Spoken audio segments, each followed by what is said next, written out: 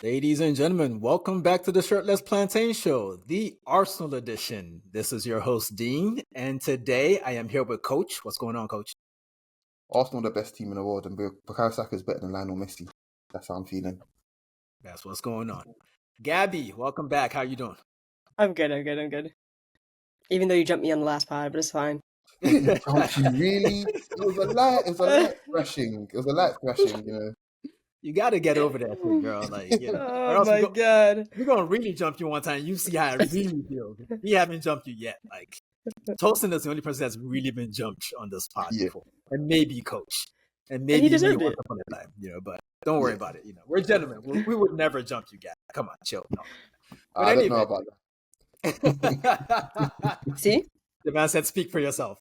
But any event, we started our season at home to Wolves. And I got to say, guys, before we get into the lineup, Gabby, I'm not going to say it. I'm just ask you. What did you make of the performance overall? Listen, I was going to say if you can't win, don't lose, but we won, and that's it. You just dragged ourselves over that line. Like Starboy and King Kai dragged us over that line because that was not a good performance at all. Especially not to start the season. Yeah, that second half was rough. Coach, did it reach the level of a bad performance, perchance? No, I don't think winning 2-0 where you only really concede one big chance can never be a bad performance. It just wasn't what I was hoping to see on the opening day. But I have to give them a bit of slack because ring rust and all those things people like to say. Early days. Okay. Instead of calling it a bad performance, let's just call it a Manchester United performance. Oh, that's going a bit too far for my liking, but you know. It wasn't that. Yeah. I'm thinking back to the Sir Alex days when they'd show up and have somehow no shots on goal and score 3 goals. Like the shit was weird, but you know, whatever. Yeah. Let's talk this lineup shit real quick. Guys, I was surprised. I expected Leandro Trossard to play. Gabby, when the lineup came out and you didn't see Trossard starting, what'd you make of it? I'm not gonna lie, I was shocked. I was actually shocked. I don't smile. Don't smile and be happy. We will get to Martinelli in time. I didn't expect him to start. I really did expect Trossard to start. I just think he links up better with Havertz, so I figured he'd prioritize that partnership. But I expected Zinchenko to start. So the rest of it was the same. Yeah, well, you know what? There were a couple surprises for me. I expected Gabby Jesus to start. I expected Trossard to start. And I expected Kai to play in midfield. But Coach, when we finished the season preview or towards the end of the season preview, you were talking about the lineup. And you came pretty close, besides mentioning Timber being the starter instead of Zinchenko. You came pretty close to what we saw today. Obviously, you sort of predicted it. What were you cooking at the time, and what was Mikel cooking today? It was just early part of the season, familiarity. I don't have time to essentially fuck around. Basically, let's just do what we can, do what we know we can. Basically, square pegs and square holes. When I have everybody fully at the physical level, because we have to remember again, it's the first game of the season. Nobody is at the physical level yet.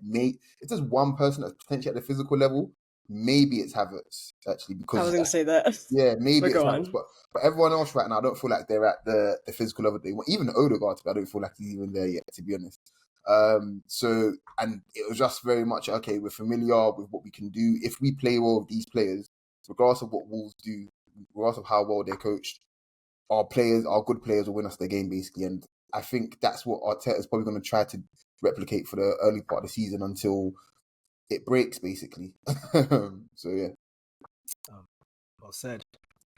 Gabby, I tweeted something similar when the lineup came out, and you agreed. And you talked about the defending from last season, that we essentially might have cost ourselves a few points early in the season with the whole Gabriel on the bench experiment. Are you happy with the current approach? Obviously, we've got 3 points, so you're happy on some level. But was that the wrong thing at the time? Looking back, the wrong thing at the time. Yeah, yes. Back then. But that's everything in hindsight. Yeah, in hindsight. But that's everything in hindsight. Yeah, I mean, I I do agree with that statement. I think it was the wrong thing at the time, and also in hindsight, I still agree with what I said originally.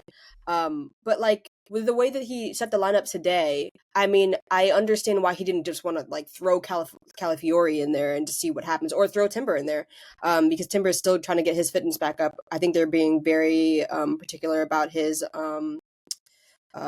like watching his minutes because he just came back from an ACL tear.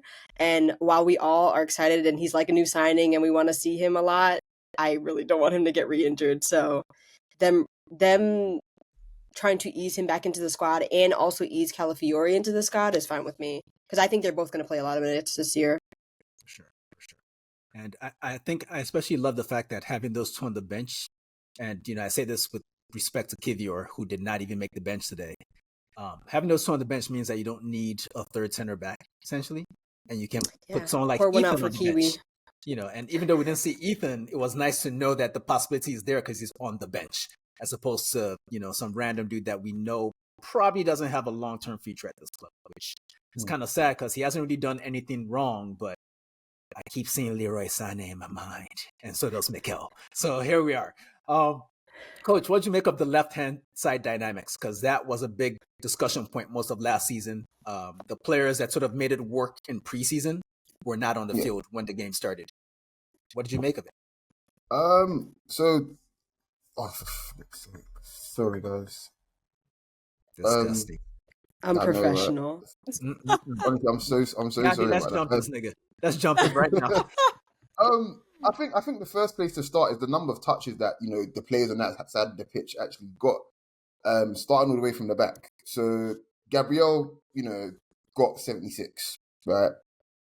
Declan Rice got 41, Martinelli got 35, Zinchenko got 70, right? So that tells me straight away, especially when you're looking at Zinchenko and Rice, there was a good amount of time that they spent on the ball in. I wouldn't say in the exact zones you want them to be in, but there was intention there from us to try to build from there. We created quite a couple of good chances, especially in some breaks where Declan Rice is carrying the ball or Gabriel Martinelli is making runs in behind, which, God, it's so good to see him making runs in behind, honestly, instead of doing all of that build-up shit, man, honestly. And you could see that there was a real intention there. So while it's not, I don't feel like it's quite 22, 23 levels yet, I can see some sort of semblance of optimism there, but also optimal performance there as well. Martinelli, for sure, whenever he did get the ball in those areas, it was a lot more direct. It wasn't ponderous. And I feel like he's been empowered almost to, stop being a pussy, basically. And the guys are getting him the ball, Zinchenko getting him the ball as much as he can, and he's not running around trying to link up with Saka. He's trying to keep the game on that side when the ball's there to see what he can create. Even from corners as well, actually, a few times as well, the ball's come back into settled play. And I saw like Ben White is looking for Martinelli straight away, rather than sometimes he just look out for Saka straight away, but he's actually gone for Martinelli because he's in that position. So I think there's a deliberate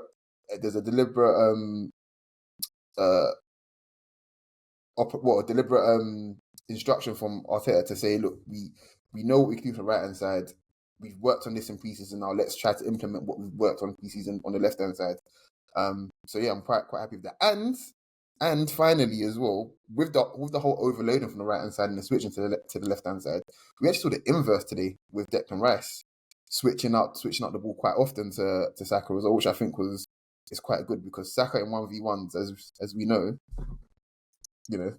Cash money. So, money, baby. Cash robbing, but we'll get to that. Cash robbing. Gabby, when Coach was quoting those very helpful stats when he started his last answer.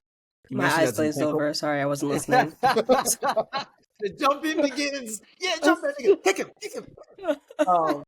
He mentioned that Zinchenko touched the ball like 70-something times. And even though that makes sense because he's part of the defense and they all get to touch the ball since they're involved in build-up, I was surprised that he touched the ball that often. It didn't feel like he was that build-up dominant. So I guess I'm not trying to force a short answer here. Go as long as you want. But if you had to grade the effectiveness of the left-hand side today, separate from the overall performance, out of 10, where would you put the level of performance from the left-hand side of our lineup today. I'm glad you said out of 10 because I was about to be smart and say, do you want a letter system or a number system? Out of 10, I would say probably a 7 or 7.5. I thought they were really effective.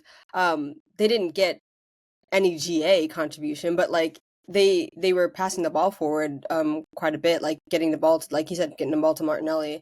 I think that whenever Zinchenko plays, Arteta is insistent on him getting on the ball a lot more because that's one of his best attributes is to get on the ball more and progress the ball quickly, and get through the lines. That's what we want. Wolves play they're not very expansive like a Brighton or something like that. They want to like break them down. And they play very aggressively, very tight to players. So you have to move the ball quickly. And I think that was the only thing. I shouldn't say the only thing. I lied. That's not the only thing that was bothering me, but that was one of the things that was bothering me because I think that when Zinchenko plays, we don't move the ball as quickly as we should. Because he tends to stand on the ball a lot more, tries to scan the field to see the perfect pass rather than just playing the pass quickly. No, I think I'm in agreement there, especially with our build up being a lot more measured with him. But I think a part of it is trying to bait the press.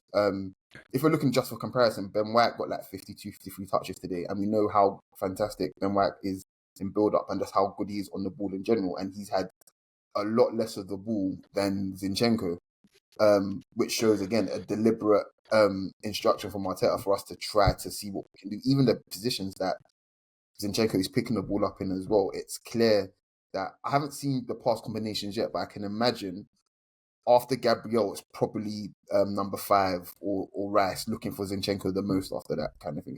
It's a clear instruction. But yeah, him not looking for him not playing the obvious pass quickly kind of thing.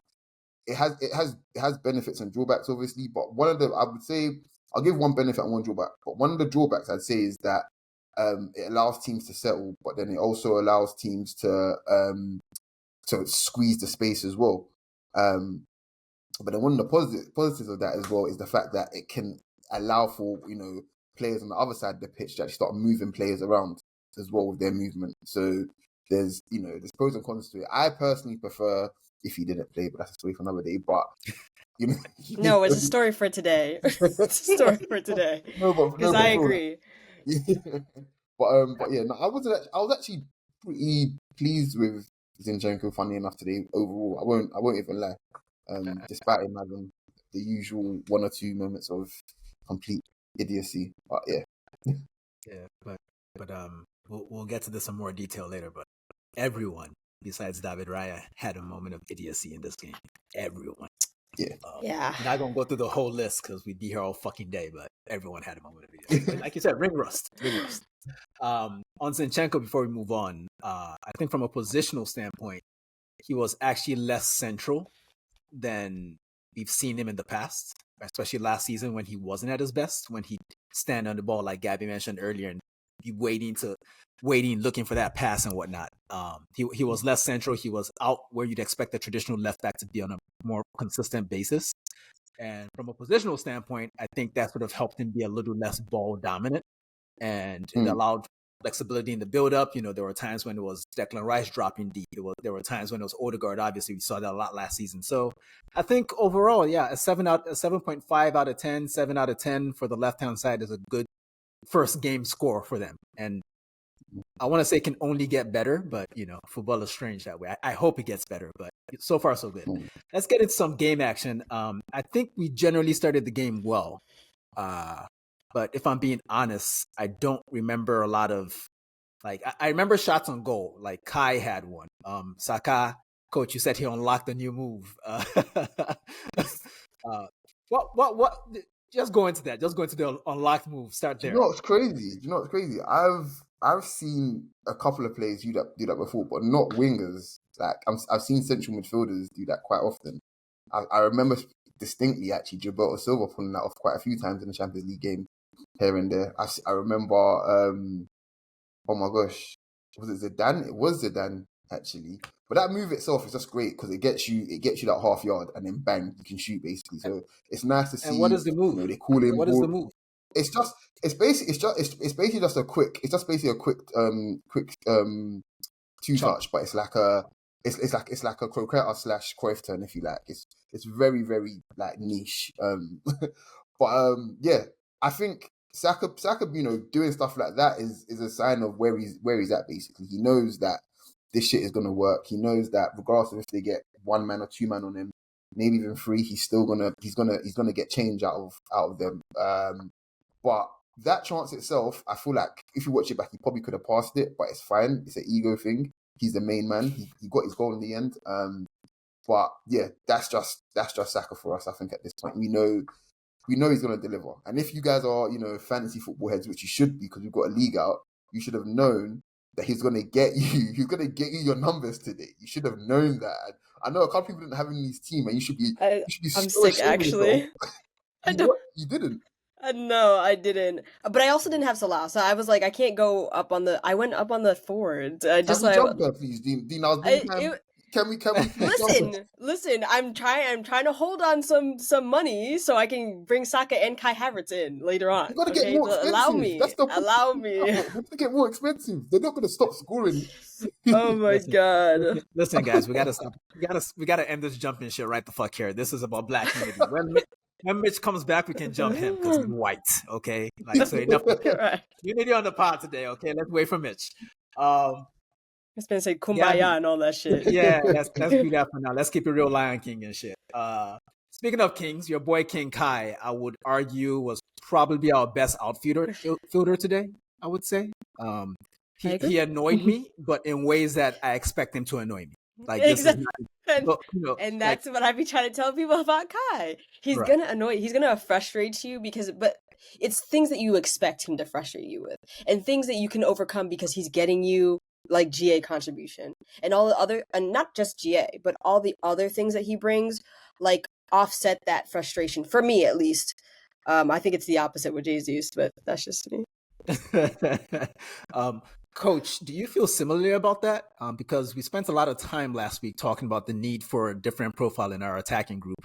And personally, I know this is going to be some whack ass shit to say, and I may feel differently when we're in the Champions League at the Bernabeu in a couple months and we're looking for that guy to step up. But I'm comfortable with Kai as the main central forward in our attack. How are you feeling about him after today's performance? Yeah, look, I think Kai Havertz is a player that you just, if you're a top team, you need a player that's going to do the things Kai Havertz does. Whether it's spread out across two players in your attack or whatever, or in one fantastic footballer, doesn't matter. Kai Havertz does so many great things on and off the ball for your attack that you need that type of player. Now, I'm not going to mention any names that says, he does, but I'm just going to say the things that you know that Kai Havertz does, the presence he gives you, him being an out ball, him being a threat in the air, him being able to hold the ball up, him being able to link up with the midfield. Even now, I feel like he's even able to generate chances for himself as well. All the top teams have players like that. And while it's not the prettiest thing, Kai Havertz is trusted by Arteta. If he's trusted by Arteta, I'm sorry, you can't like have doubts over him. Like Arteta has so much credit in the bank with us. To me at least, I know some people are still a bit iffy with some of these decisions, but to me, Arteta has so much credit in the bank. No, I wasn't even talking about Gabby, to be honest. I'm waiting for my chance to jump in and say, bold of you to assume I'm gonna let you get away with not saying names. We will say names today. Honestly. Like, I was actually indirected some of the guys in my group chat, to be honest. But they listen to this as well. Though. Bro, that's crazy. Like, we're 4 years into this shit, man. What beef do you have with Arteta? It's weird, especially with the fact that he literally changed Granit Xhaka's life. And I've always rated Granit Xhaka, but if that's not proof enough that the guy has an eye for talent, right? Maybe the fact that he's given Nketiah enough chances to essentially say, okay, you're not the level now, basically, but he gave us 11 goals one season. You know what I'm saying? So it's like little things like that. Not even the top players. I'm talking about the ones that aren't, that had question marks on them, but Arteta still got a tune out of them, let alone a whole Champions League winner that scored in a Champions League final. So I love Havertz and what he brings. I personally I've still gonna hold this belief I think his end product should be his thing now. I think goals and assists should be all you now. Like, we have so many technicians, so many providers. Kai Havertz can have a fantastic career just being an end product machine. And I think we're slightly leading towards that now. Just providing for him. I think that's what should be the move now. I think we are too. I think we are I think Arteta wants him to be an end product, like merchant, for real. I like to compare us to the Liverpool of old, like when Klopp was here, not the last season, but when Mane was still here. Yeah. When you have Mane, Salah, and Firmino, they were going crazy with end product, and I think that Kai could be a better Firmino. The link up play is just so good in my opinion, and I just think if he was just a little bit more clinical, and you get somebody on the left hand side who can be our Mane, we'll get to Martinelli in a second, but I think you already have your Salah. You already have Starboy. You already have Bukayo Saka. So I think he's genuinely going to be head and shoulders above everybody else next to Bukayo Saka this season in our squad with GA contribution. Literally, the nigga is 6'4". But I think facts. The thing about That's a lanky fucking German. Yeah, he's a lanky fucking German. BFG. We always have a BFG at the club. We got two right now, actually, with Per at the academy.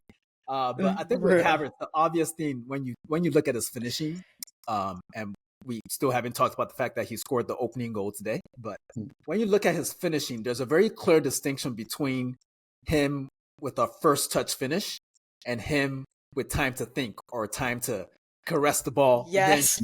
Like first touch finishes, them shits almost always go in. Once he touches it once, or once he has to run with it and think before he actually shoots, the percentage starts going down a bit. But he's definitely an instinct shooter player. Yeah, he's an instant shooter. He's real Turkish with that shit. But last season, I recall all of us being on this pod talking about how Kai would make that far post run, and his teammates didn't seem to find him very often from the right side of the field, especially since our right side is the side that functions. And we're like, where's that far post cross? Or where's the near post cross for him to run across and head it in?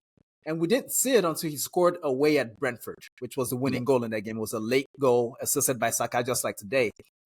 But today's goal was even more aesthetically pleasing to me because it was a classic striker run across the front post.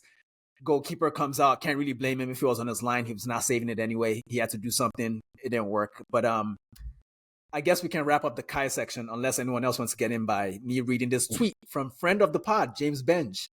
What up, James?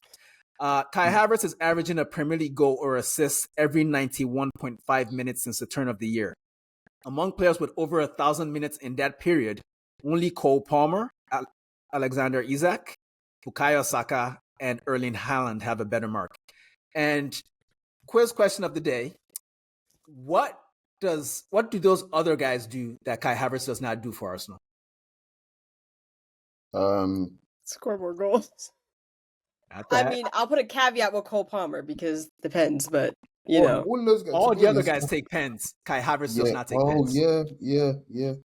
That is true. Actually, that is so I'd love to see the stat with as non-penalty goals and see what the numbers are for all of them and compare that, because he's arguably the best player in the Premier League in 2024 so far. He's up there with whoever else you want to name. Kai Havertz is, and this is a guy that plays in midfield and in attack because Arteta remains a terrorist, and I love it. I love it all. I love it very much. Coach, we had a debate in the chat. You thought Totti's foul on Saka on the break, sort of an obstruction. He goes down. You thought it was a Stonewall pen. Yeah. I personally didn't think it was a pen. Gabby, can you settle this fight for us? So we're doing Kumbaya today, so I think it was a pen as well. I do think it was a pen. I think it would have been a softer pen, but I do think there was the way that the commentators were casting. They were saying that, Saka was already going down. I said he would have never gotten to that ball. I said, bro, Bukayo Saka is very fast. Yeah. His brain moves as fast as his feet, okay? Like, when he stopped the ball on the dime, he knew exactly what he wanted to do, and he was going to do it if that guy did not run into his legs. Like, I don't know how you can say that is not a pen. You can say it's a soft pen, but you cannot say it's not a pen. There was contact, and it was like it stopped him from getting to that ball. Mm-hmm. Yeah, Taking that on the box, it's pen. No, I'm so with you on this because Dean said to me, "Oh, it's a contact sport." I'm like, "Yeah, contact is fine. There's nothing wrong with that. We all love a bit of rough and tumble, but when it comes to obstructing now, do we though? I just feel as if there's Dean definitely are we, doesn't have a bit of rough are and we tumble. all mascara here? Are you calling me a mascara type nigga? Is that what you're trying to say, nigga? Apologize to me, bro. Yeah. I don't like rough and tumble. Okay. Yeah, Like, you're a Mina, a mascara, No, for real, a Rudiger. If we really want to go there, we've got to talk about Gonzalo Jara. So, if we're really going to go there. The legend. But think of it like this. Saka himself, I feel like it's a good indication of where he's at perception-wise. Because the higher his stocks go, the more pens like that he will get, and I feel like he's not quite there yet. Because I personally think if that's Phil Foden, even if that's Cole Palmer, they're getting that pen 100%. like genuinely, and I feel like it's very unfair. He stopped it. He's gone the opposite direction. The player's collided into his thigh. He's taken his balance off. If that's not a pen, I don't know what is. Like, and it's not like Saka goes down super duper easily a lot of the time. Like, do you remember? It wasn't even up to. He rides challenges crazily. It wasn't even up to a year and a half ago. We're talking about the fact that his sturdiness goes against him because that's why people keep hacking him down so much. So I feel like it's got to a point now where he probably might need to score like 4 hat-tricks for England for him to start getting those calls now. But eventually, they're going to start giving him those calls. That's all it is. Everybody else gets those calls. My brother, he's never going to get those calls. You know why? We know why. He's not getting the calls. You know why? He's got a Bleach Light Vibes cartel to get those calls, and he's not doing it. Yes. Sammy Sosa out here. Let me defend Jared Gillett real quick, which is the most disgusting thing I've ever said on this pod. I feel that it wasn't a penalty because, and I hate to say this about my favorite footballer on the planet, he could have stayed on his feet and done something with the ball. He chose not to. He went down easily. That's true.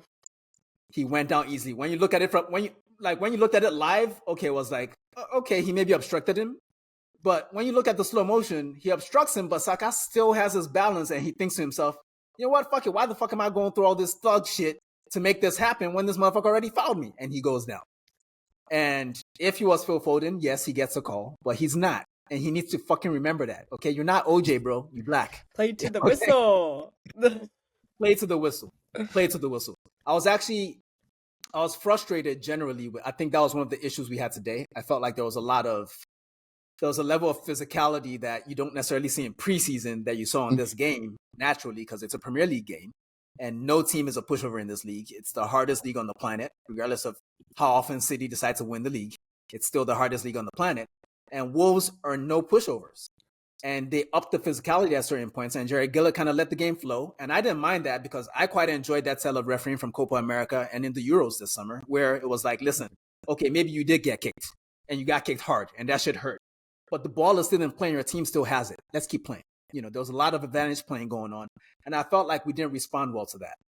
And we might as well let's not run into the second half just yet because we have to give credit to a guy that, to me, still doesn't get enough credit at Arsenal, and that's David Raya. Because that save from the Strand Larson header, oh my goodness, guys. He was going in the wrong direction and puts out a strong hand and saves it. Gabby, I'll let you have it.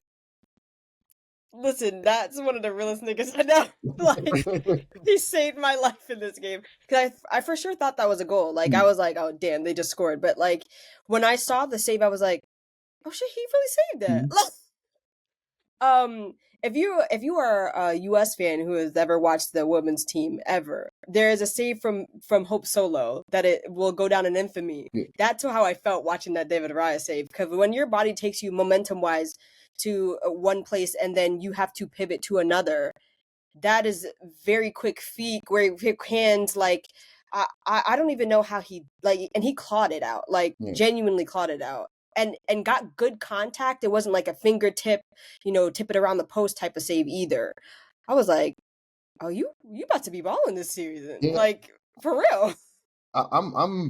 I'm still put it like this. When I saw the chance, especially I think it was after Havertz tried to do something he shouldn't have done.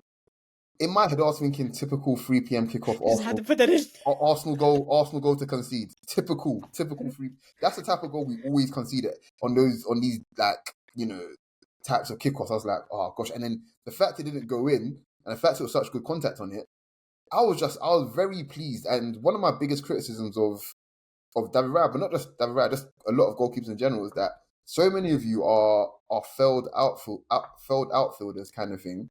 And I don't mean it in a disrespectful way, but it's just like, I really wish we had some real fundamentals, like, you know, good fundamentals for our goalkeeper kind of thing. And I think shot stopping, especially reacting like that, is so underrated now because you've got all these guys. He loves Macau, but said, I just want the traditional goalkeeper. No, for real. Like, you know, fuck that woke shit.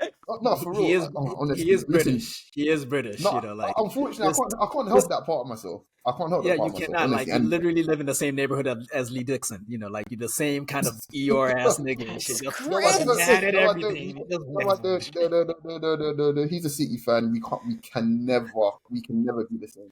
But no, for real, like just being a good shot stopper and giving that confidence to your defense that even if they get a chance off, you're still feeling good.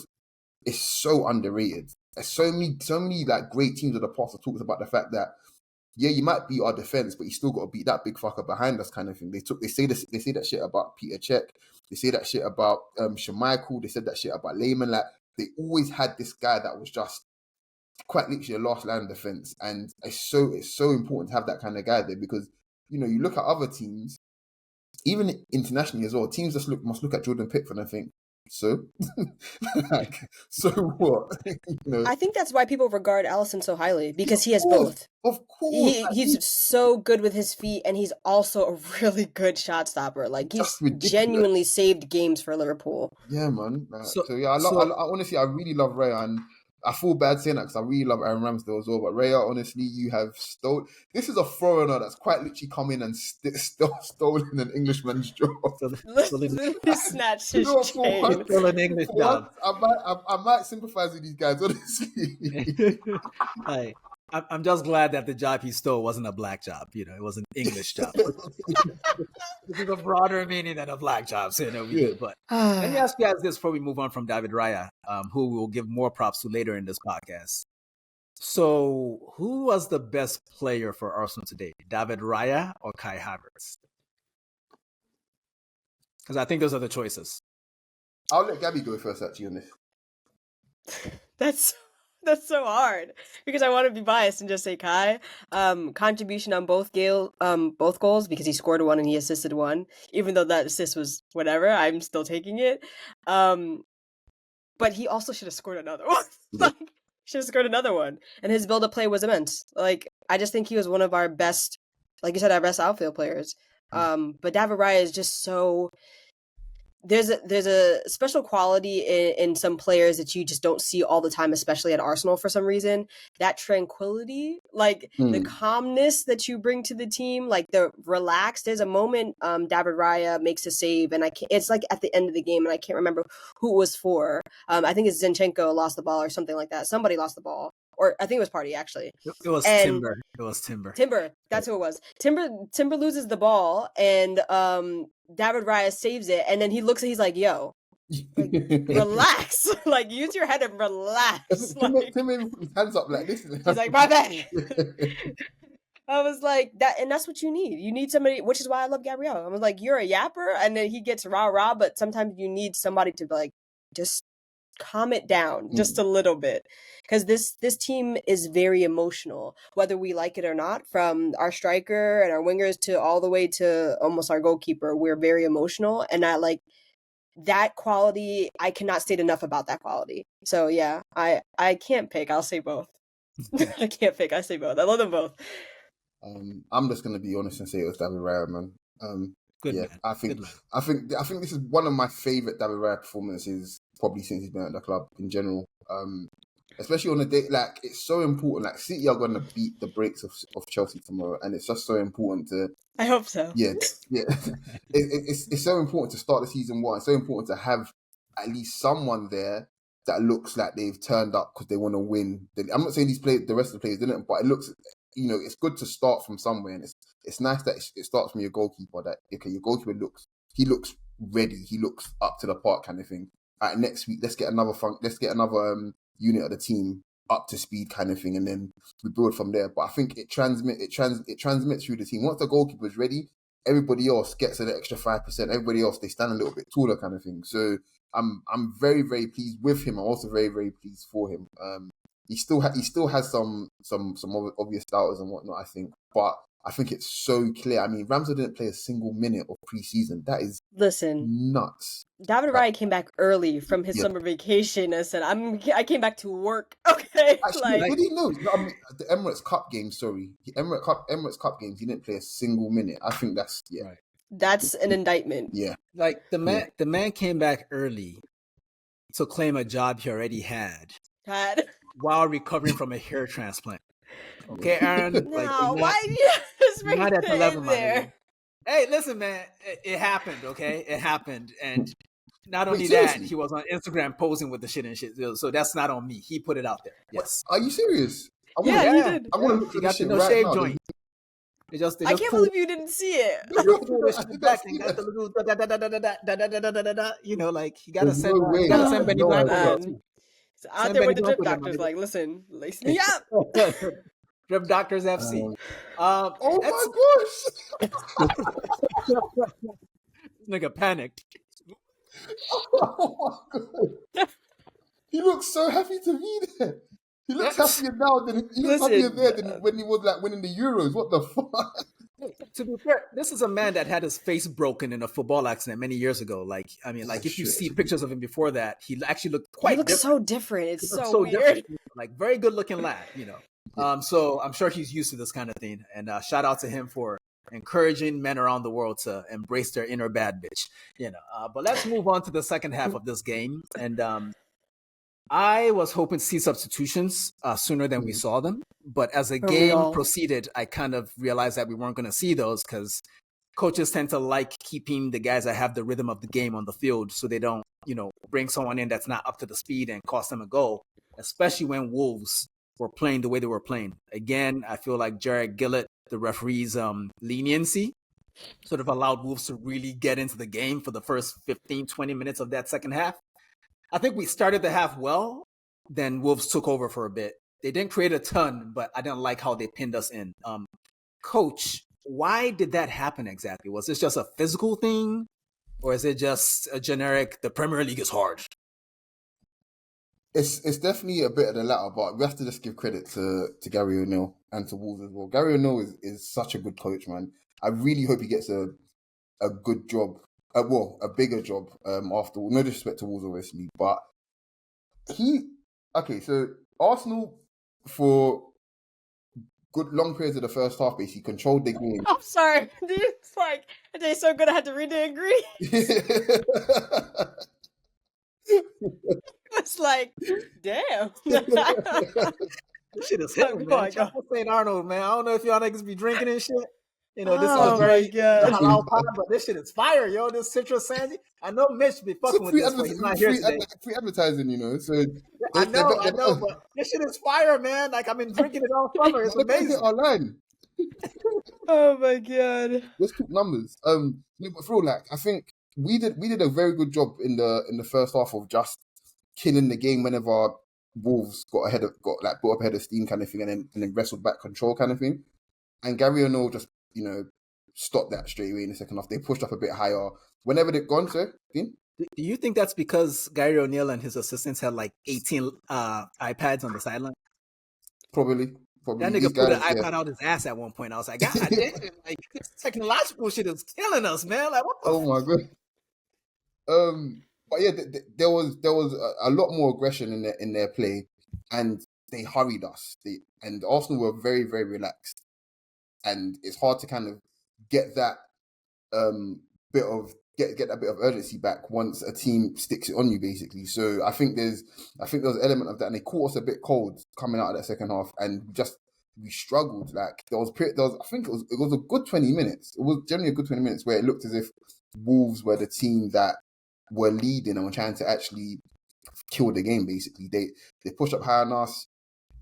All our build up essentially went out the window. Saliba made a mistake that you just don't ever see him make. Then you obviously had Zinchenko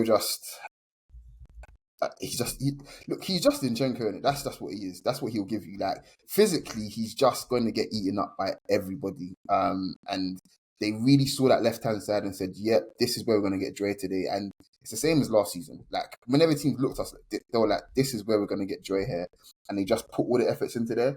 But I tell you what didn't help us as well is the fact that our outlets in Saka and Martinelli, they weren't really they weren't really giving them good options when we did wrestle the ball back here and there. So that essentially meant that Wolves were getting more momentum and more confidence. There wasn't a scare for them until, a substitution was made. And then also on top of that as well, the simple fact is I feel like they even kind of tired a little bit, Wolves, because they put a lot into those 20, 30 minutes. So I mean, they were hounding Odegaard the whole entire game, so damn. I mean, they have a moment of peace. Yeah. Gabby, what did you make of the fact? I mean, obviously we were leading, so it kind of made sense that Gary O'Neill would make changes before Arteta made changes. But did you think Arteta took too long to make changes? Because I think there were good things about the substitutions today, but I think the timing was maybe bad. Like he was going with the flow of the game. I'll give him credit for that, but I felt like he maybe could have moved sooner. Why are you saying maybe? I always feel like Arteta makes changes too late. Like he tends to be stubborn and just be like, "Oh, they'll play through it." I'm like, "They not playing through it, bro. Like they need some tactical instruction to help them." Yeah, I thought the game had gotten away from us in the second half. A lot of people looked off the pace, like they just came out sluggish or slow or like second to every ball or making mistakes, like just like their mind was moving faster than their feet. I was like, yo, we need somebody to tell them what to do at this point, because while I do agree we have some of the best players in the world, and I do agree that this team that we have, the system that we have is one of the best in the world as well, not to mention our manager, I was like, I know they can figure it out, but like, will we concede a goal before they figure it out? Or like, are we going to just do what we have to do? Like, we were getting really close to conceding a goal, if not for David Raya. So I was like, yeah, let's do some subs. Let's because we already know who the subs are going to be. We always know who the subs are going to be. And some people that they're, like I said, they're bleeding into the squad, like Calafiori or Timber. And I was like, at the 60th, 70th minute, that's when Zinchenko starts to make a lot of mistakes. Let's just take him out and like put whoever you want in there. Thomas Partey was really starting to make mistakes in the second half, with just losing the ball or just lunging. And I was like, I don't necessarily want Jorginho on in a game like this when they're pressuring so heavy, but like we might need to make another swap. And then you just don't want to play Saka for a whole like 90 minutes plus after he just played the whole season and also the Euro. So I was like, yeah, let's wrap it up. Let's wrap it up. Go on, coach. I will say now, Gabby brought up a really good point about playing Saka, for a whole 90 minutes. And I think very interestingly, I think one of the reasons why he came off was because he played higher than Martinelli today. And that quite literally, correct me if I'm wrong, that never happens. Like he would seem to be a little bit more of our outlet. And you can even check the average positions. Like he was by far our player that played furthest up the pitch. But also I do like the fact that we did switch it up. That never happens, and it gives teams a different problem as well. I'm really pleased about that. I think I said to you guys about 2 years ago that I think Bukayo Saka focusing more on goals, like he's idle, CR7. I think that's a scary, scary proposition. Like if he just wants to be like that guy, I'm not saying he's gonna be exactly like him and be on his level, because obviously he's not like 6'3" or whatever, but that's scary to think. And I think it gives us, we talk about, the new options that we need to go to market kind of thing, which I still think we do. But Bukayo Saka unlocking that part of his game even more, I mean, sky's the limit for him, man. Like, genuinely. You do everything. Yeah. Like, I think it's the one, I think there's been a distinct effort I think I noticed in the last 2 preseason games and in this game, like in each of those games, there's been a moment where Saka had a headed chance from a cross that came from the left. So, and he's also spending more time sort of in the right half space as opposed to hugging the touchline. Like Ben White is hugging the touchline more, and Saka is coming in, because positional play, blah blah blah blah blah. Go to YouTube. One thing about Ben White, he gonna overlap. Yeah, there you go. So Saka is hanging out inside a little bit more, and it's the one, I would say, of all the technical weaknesses he has. Well, he doesn't have a lot of them, but that's the most blatant one. Like his heading is not quite on the level yet, but I think he's working on it and he'll get there. Coach, I know Gary O'Neill is not our business because he's not the coach that we love, but why didn't he start Matheus Cunha? That is a scary fucking player. When he came on, I don't think he was physically ready. I think they even mentioned it in the commentary. I don't think it's what's going on all summer. He don't play for Brazil. You can say that about Tomiyasu, sir. You know how people get during. You know how footballers get. Like I think Hazard might be the most famous example of that, where he comes back 5 kg overweight. Like, and look, he's Brazilian, so you know what they're like. They love the churrasco and all of that, all the good stuff. So, he's eating like R9. Fair enough. That was a little ignorant of me.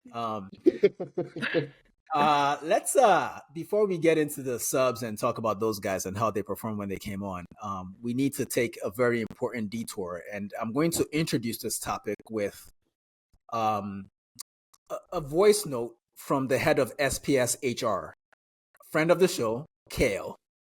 So obviously it's early times yet. I feel meh about that performance. Still gelling as a team, even though there's a lot of people who have been there from the jump last season. I really, really, really have a fucking problem with number 14 sexually assaulting Jesus. Like, if that was any other workplace, that guy would have been reprimanded at the very least, if not dismissed. And I think that's really shitty. And Jesus deserved to react the way he did. That's it. All right, that was great from Kale. Guys, we have to talk about it. This Mosquera nigga, man. First, he choked Kai Havertz. Got away with that shit. Then he grabbed Gabby Jesus' booty. This is a freaky ass nigga. That's freaky ass nigga need to see his ass inside. He needed to see his ass in the locker room and shit, man, because I feel harassed, man. Like, when he did that shit to Gabby J, I held my titties like he was grabbing my shit. I was like, oh my God, what are we doing here? Gonzalo, oh my God. He was giving very Diego Costa, like trying to get who's the guy who did the finger thing? It was the Uruguayan player. Yeah, wasn't it? Yeah. Thank you. I was like the Chilean dude that did it to the Uruguayan. Poor Edison Cavani. Oh, yeah. His booty hole never recovered. He had to leave Europe over that shit. Oh my God. That was ridiculous. Can you ban somebody for being too horny on the bitch? Like, what's going on? I hope so. Like, I don't know what's going on, but he needs to be. Like, do y'all think Jared Gillett let him get away with this? Because you know how they say everything in Australia goes like backwards, like when you flush the toilet and shit, like the water swirls the wrong way. Yeah. So when he saw a grown man grab another grown man's neck, then grab another grown man's ass, he thought, oh, he's just shaking their hands or something. Listen, he thought this was rugby. We don't do that over here. We're like, relax. I feel like maybe Arteta is to blame for this.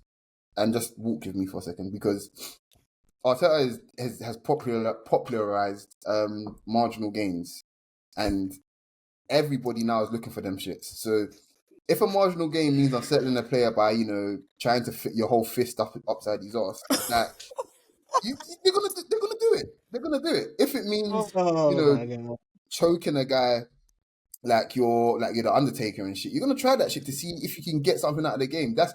I'm sorry, Arteta is to blame for all of this. I mean, pickpockets and shit. I mean, I agree with you to a certain extent, because I will say, if you're going to do it against any team, Arsenal is the team to do it against, because you get away with that shit every time. I never forget when that guy, I think it was a Chelsea player, trod on Tomiyasu's face, like straight up just stomped him with the spikes. I was like, that was for everything. Yeah. My head was on Pluto. Yeah.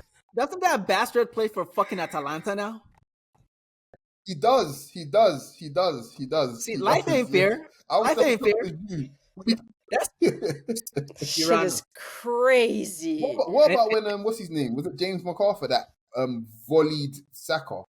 Like he Oh yeah, literally just volleyed hit him. a standing leg. The one I always think about is the Stoke one, Charlie Adams against Alexis my Sanchez, God, where he just straight up choked him to the ground. I was like, you can't do this about any other club. Any other club would get a red card. They were just like, yeah, it's fine. This is whatever. I'm Yeah. like, are we watching the same thing as this WWE Raw? Like, what is happening? Emphasis on Raw.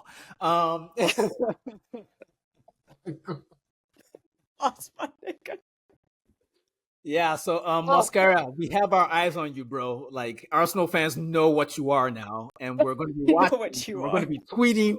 We're going to be tweeting at Howard Webb to watch out for your freaky ass. Like, stay your ass inside, nigga. We tired of this shit. We not like you. And you know that's crazy because they actually played They're Not Like Us when the players were coming out. Yeah, when we walked out. And that freaky ass nigga just turned that shit right on. Like, okay, y'all ain't seen no freak shit yet. I'm here now. That's my God. That's already the worst self-fulfilling prophecy of the season already. Like nothing else is beating that. Crazy. Yeah, Gillett, man, you got come on, man. PGMOL, like guys, seriously, these are dope. And you know the crazy part? Gabby Jesus got booked for reacting to that. Like, if you grab a grown man's booty, he should be able to push you. I'm sorry. Like, you grab my booty, I'm clotheslining you, bro. It's crazy. Before we get away from this, though, I will say, I personally think that I know he was going to get a yellow card for the booty grab because just they weren't going to give that. But that Kai one, that should have been a red card. That's crazy. When you see what Shaw got sent off for, your head is going to explode because it doesn't. Yeah, I saw it. It doesn't make any sense how you can give a red. I don't think that was a red. And literally, PGMO have started the season on bullshit already, as far as I'm concerned. They just have. Nothing has been learned because there's no consensus on consistency. There isn't. Week 1, and we've already seen this bullshit already. Week 1, they've done nothing over the summer. It seems like, genuinely, because how can they agree upon that? It makes no sense. Listen, lads. Oh, well, excuse me. Listen, friends. I personally don't mind it because this is great content. Let's move on. We already talked about the rare Saliba Degenerate. era. Yeah, we love William Saliba so much that we're just going to memory hold that. It didn't happen. Timber came on for Zinchenko in the 69th minute. Freaky number. Freaky game. Era still haunting us. What do we make of his performance? We haven't seen him. Well, we saw him last game of last season, but we haven't seen him much. Any pluses and minuses that we can take from this performance, Coach? Ring rust for sure, because I thought the releasing of the ball could be half a second quicker for sure. So that will come with time. I think we underestimate how quickly, when we're playing ball, how quickly that ball moves. And he's gonna learn, especially in match situations. He's gonna learn just how quickly we get up the pitch, basically, when we want to. So there's that. But his actual nimbleness and his problem solving, especially when he's out of position, those are the things you don't lose. That's just natural football ability that you just have. He looked like he struck up a partnership with Bukayo Saka in 2 minutes, being on the pitch on the same side of the pitch as him straight away. So that's great. But yeah, I think crazy because he was on as a left back, and somehow they were doing that shit on the right, and I was just like, this is awesome. This is what I was saying. This is what I said in the preview pod, that tactically, I genuinely feel like he solves a lot more, gives us a lot more options than Calafiori. Genuinely, I'm not saying Calafiori is not going to play. Of course, he's fantastic as well, but Timber is such a plug and play footballer. It's just, you get him on the pitch, typical 5-a-side, 7-a-side player. He's just going to do a job for you. And it's going to be of such a high standard, that you're going to find it hard to leave him out most weeks, I think. But very, very happy with him in that regard. But again, yeah, the complacency and just the general, I suppose, lack of awareness to sometimes get rid of the ball, that will come with time. And if it doesn't, then he'll find himself on the bench soon enough again. Lack of awareness. That's why he hired pickpocketers. Yeah. Mikel was like, I seen this shit. Exactly. Oh, man. Bukayo Saka scored a goal. Gabby, you've seen this goal a million times from a couple of different people, especially Arjen Robben. What do you make of our boy Saka unlocking the Robben pack? Well, he's done it. Oh, he's done it for a while now, but this one was a special one because it was a near post finish as opposed to a far post finish. I love his near post finishes. I'm not gonna lie. Mm-hmm. There's some things about for me personally. I think the Saka technique or his specialty goal is when he goes near post high into the top netting. When he just over the goalkeeper, that's just one touch bang. But this is his secondary skill. He just. You just can't stop him. When I say he can do everything, he can do everything. He's a creator, so you can't really leave him on his right foot and let him cross the ball into the box or dribble past you into the box. And if you get him on his left foot, he's gonna shoot. It's just tougher. Whoever the defender is against him, good luck and Godspeed, because every time he's gonna get something. He said, "I'm leaving here with something." Every time. And it was funny, his goal came at a time when they didn't double team him. It just made me laugh. It was guys, this is what happens when you don't double team Bukayo Saka. That's especially near your own box. This is the result, guys. So and you look at the goal he created as well. It was he got the ball in so much space. He carried it another 10-50 yards and then just crossed it into the box.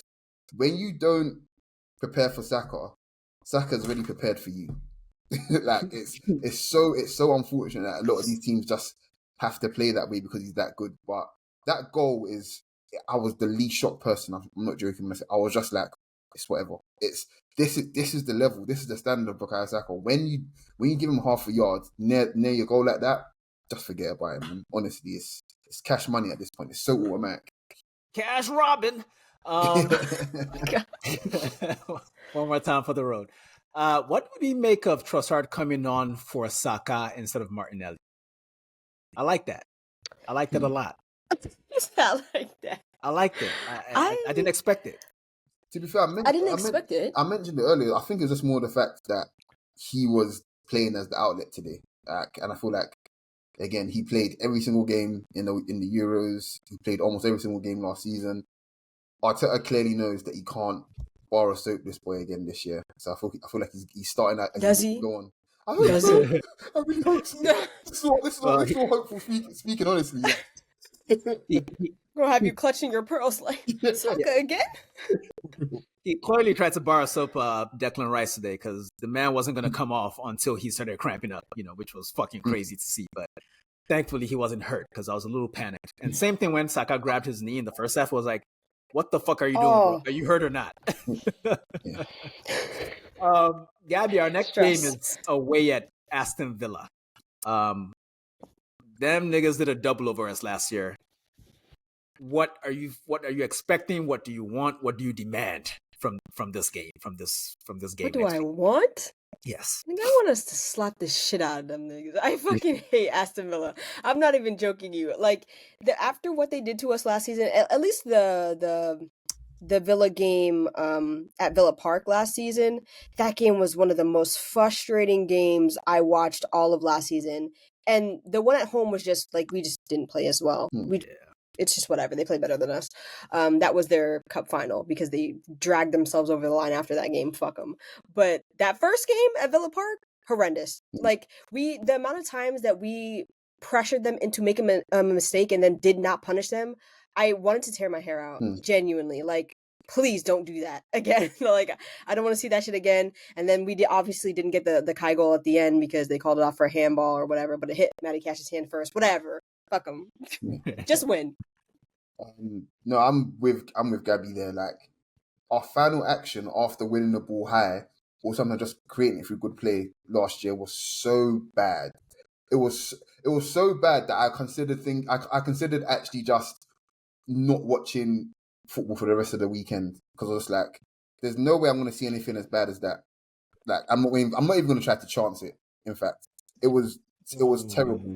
The Odegaard chance, the Jesus chance, the Havertz missed one as well.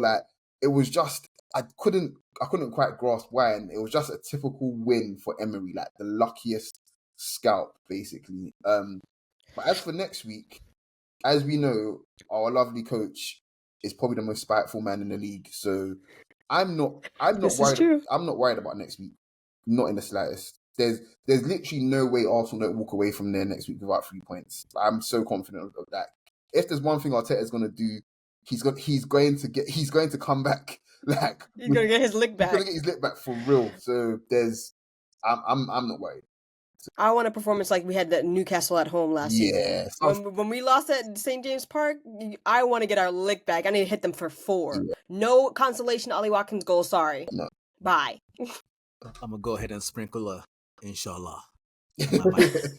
And on that note, my friends, tell the people peace. Peace. Peace.